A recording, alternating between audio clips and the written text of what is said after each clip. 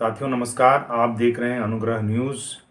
प्राचार्य पदोन्नति का जो मामला है, जो हाई कोर्ट में लंबे समय से चल रहा है, उसकी अंतिम सुनवाई 17 जून को हुई थी। 17 जून के फैसले को सुरक्षित रख लिया गया था और उस फैसले का इंतज़ार हमारे साथियों को है। 17 जून को जो अंतिम सुनवाई हुई थी, पूरी कार्यवाही का विवरण भी वेबसाइट में अपलोड नहीं हुआ था। आज सुबह मैंने जब वेबसाइट देखा तो हाई कोर्ट के वेबसाइट में 17 जून की कार्यवाही का जो विवरण है, वह कार्यवाही विवरण वेबसाइट में अपलोड हो गया है। उस कार्यवाही विवरण में वही बात है कि अंतिम सुनवाई के बाद जो फैसला है उसको सुरक्षित रख लिया गया है। तो इतने दिनों बाद, 9 दिन बाद लगभग वेबसाइट में वह बात अपलोड हुई है और लगता है कि जल्द ही जो अंतिम फैसला है उसका विवरण भी कार्यवाही के रूप में, ऑर्डर के रूप में वेबसाइट में जल्द अपलोड हो जाएगा। इसमें जो मूल रूप से जिन चीज़ों पर सुनवाई हुई थी, उसमें जो मुख्य मुख्य बातें हैं उनको हम थोड़ा जान लेते हैं। एक तो बीएड और डीएलएड का मसला था। कुछ लोगों ने जो केवल बीएड उत्तीर्ण व्याख्याता थे या प्रधान पाठक थे, उन्हीं को प्रमोशन देने की मांग की थी, जबकि इंटरवीनर भी इसमें लगा था। उन्होंने बीएड और डीएलएड दोनों को ही पदोन्नति देने की मांग की थी। इस पर सरकार की ओर से महाधिवक्ता, अतिरिक्त महाधिवक्ता यशवंत ठाकुर जी ने बहुत प्रभावी ढंग से अपना पक्ष रखा था। इंटरवीनर्स ने भी अपना पक्ष रखा और जो रीट याचिकाएं जो लगी थी, उनके एडवोकेट ने भी बहुत प्रभावी तरीके से अपनी बातों को रखा है। तो एक मामला ये था।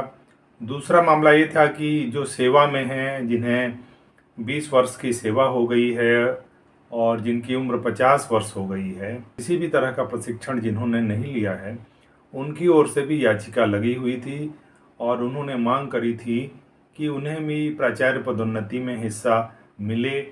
तो इस पर भी बहुत बहस हुई थी और सब ने अपने अपने तरीक़ों से अपनी अपनी बातें रखी थी।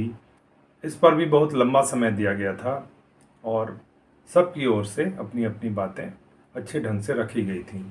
एक मामला ये था कि कुछ लोगों ने ये आपत्ति की थी कि जूनियर को पदोन्नति दे दी गई है, जबकि सीनियर उस सीट में छूट गए हैं।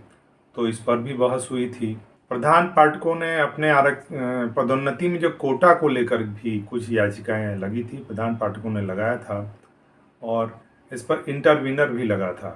तो दोनों पक्षों की ओर से अपनी अपनी बातें रखी गई थीं और लगातार 11 जून से 17 जून तक 5 दिन तक लगभग 3-3 घंटे की सुनवाई हर दिन हुई थी।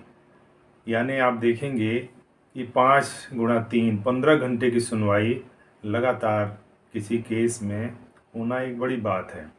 और इसमें बहुत सारी याचिकाएं क्लब की गई थी, लगभग दर्जन भर से अधिक याचिकाएं थी और सबको क्लब करके डिवीज़न बेंच में सुना गया था। तो इन सबको क्लब करने के बाद, क्योंकि कई सारे मामले थे, 2-3-4 मामले थे, सब पर विचार विमर्श करना और किसी अंतिम फैसले तक पहुंचने में समय तो लगता है। इसीलिए फैसला को सुरक्षित रखा गया है, ऐसा हम इसको इस तरह से समझ सकते हैं। और उस फैसले को आने में थोड़ा समय लग रहा है।